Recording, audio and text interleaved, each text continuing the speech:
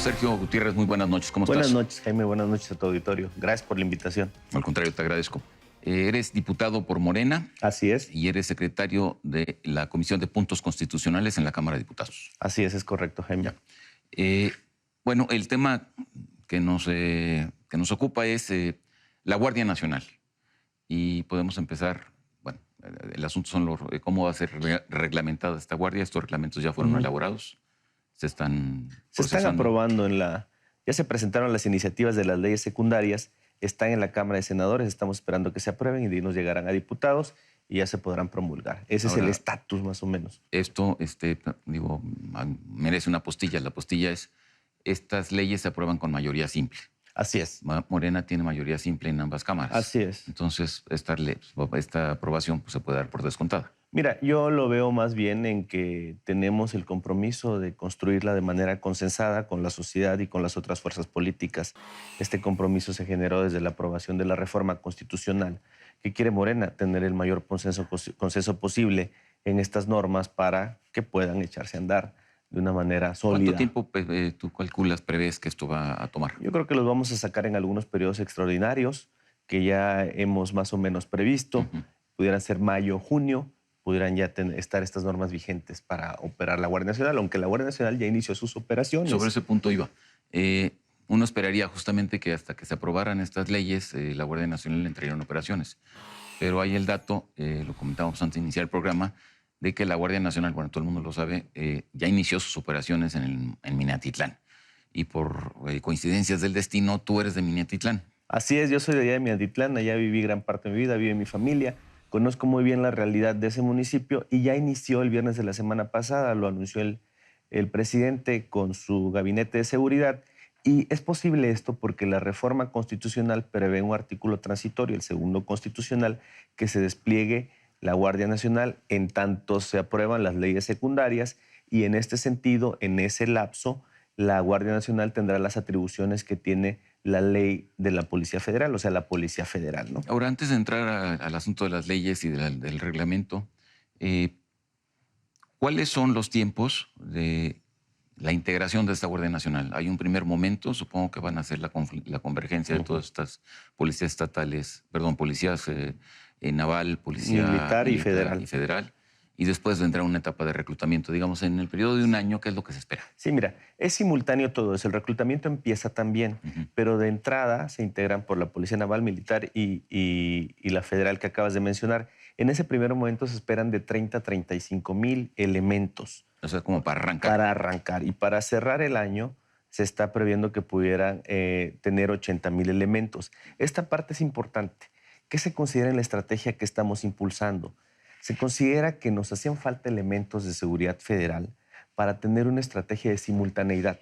Se dividió el país en 266 células, que son unidades territoriales, donde lo que se prevé es que en todas esas células existe una presencia permanente y simultánea de Guardia Nacional. ¿Qué pasaba antes?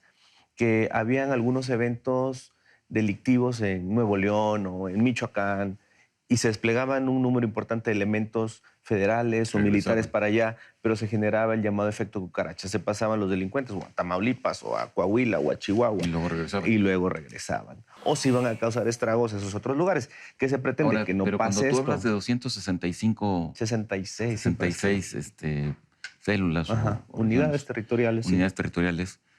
Pues estás hablando de que si pones 1000 efectivos en cada una de estas células, estás hablando de 266,000 efectivos. Fíjate que tienen una clasificación esas células, dependiendo de la realidad social o criminal que estén en ese lugar. En México tenemos muchos matices de cómo está la situación de la delincuencia. Hay lugares que no tienen una grave situación, otros de media y otros alta. Entonces, los efectivos se van a enviar según esta característica. Entonces, ahora, ¿no son unidades territoriales estándar? O sea, no. Son unidades territoriales muy variadas, ¿no? Por ejemplo... Ni siquiera corresponden a una dimensión específica territorial. No corresponde a una dimensión específica territorial porque, bueno, podemos tener zonas rurales que no tengan ningún problema o zonas metropolitanas. 266. Fue el análisis que se hizo de la estrategia que hizo la Secretaría de Seguridad. Bueno, entonces lo notable ahí es que se va a hacer esto y los destacamentos de esta Guardia Nacional van a estar ahí permanentemente, a diferencia de lo que ocurría anteriormente. Así es, Eso va a es lo más haber, relevante. eso es lo, y simultáneamente, que esa es la parte importante, ¿no? Ahora, hay otro elemento que me parece importante que precises, es eh, la Guardia Nacional va a tener competencias federales, Así es. ¿no? Y luego estarán las policías estatales y municipales Así para es. los delitos de fuero común. Se van a coordinar también. Esa es la pregunta. O Así sea, es. ¿cómo en determinado momento, bueno, porque además lo ha señalado el presidente de la República, que su preocupación mayor está justamente en los delitos de fuero común? ¿Cuál va a ser el efecto de la Guardia Nacional referido a este asunto? Mira, hay dos realidades. A ver, necesitamos fortalecer las policías estatales y municipales, que es un tema que hemos venido arrastrando de mucho tiempo atrás.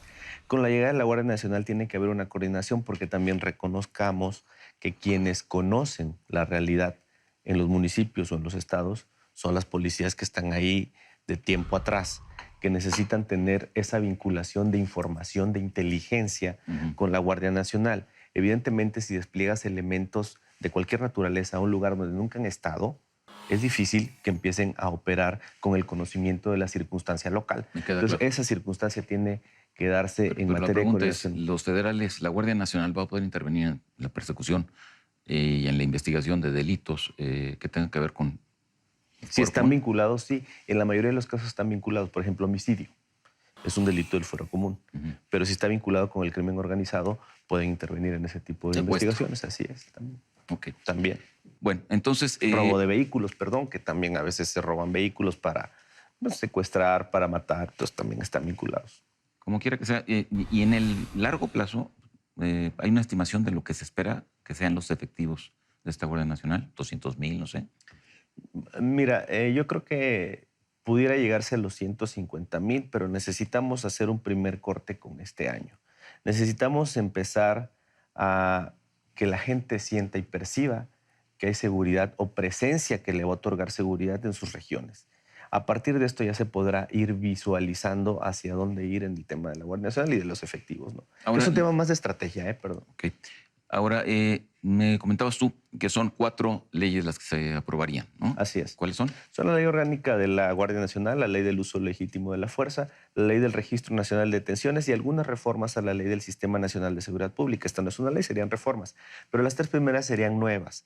Ya se presentó la iniciativa por Y de parte las del 3 Ejecutivo. primeras, me comentabas tú que la más relevante sería justamente la ley orgánica. Yo creo que la ley orgánica de la Guardia Nacional tiene relevancia en el sentido de que va a reglamentar ya todo el funcionamiento de la Guardia Nacional, las facultades, las competencias, las cuestiones jerárquicas, el ingreso y todas estas situaciones ya van a venir detalladas. La reforma constitucional evidentemente no puede contener todo eso.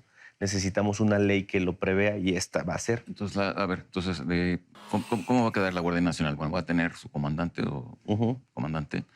Este va a depender del secretario de Seguridad Pública. Así es. Pero aparte hay Así hay mandos territoriales y mandos. Pero aparte hay una coordinación. Hay una coordinación, sí. ¿Esa qué es? Está integrada por el secretario de Seguridad Pública, por el secretario de la Defensa y por el secretario de Marina, con el comisionado de la Guardia Nacional. Ellos 3. Así es. Aparte habrá comandancias o jefes territoriales y luego los de las regiones de las 266 ¿Y esos jefes células. territoriales son, digamos, 32 por las 32 entidades? Sí, no está determinado. no está determinado. Lo que pasa es que la ley lo prevé así y las necesidades estratégicas es lo que define cómo pudiera darse, ¿no? No puede haber en una ley una estrategia rígida porque las circunstancias son cambiantes, ¿no? Ahora, otro asunto que parece relevante es esta Guardia Nacional.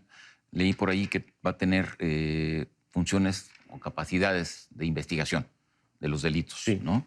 Entonces, ¿cómo se va a relacionar con el Ministerio Público? Yo creo que eso es importante aclararlo porque pareciera que es algo novedoso. No es novedoso.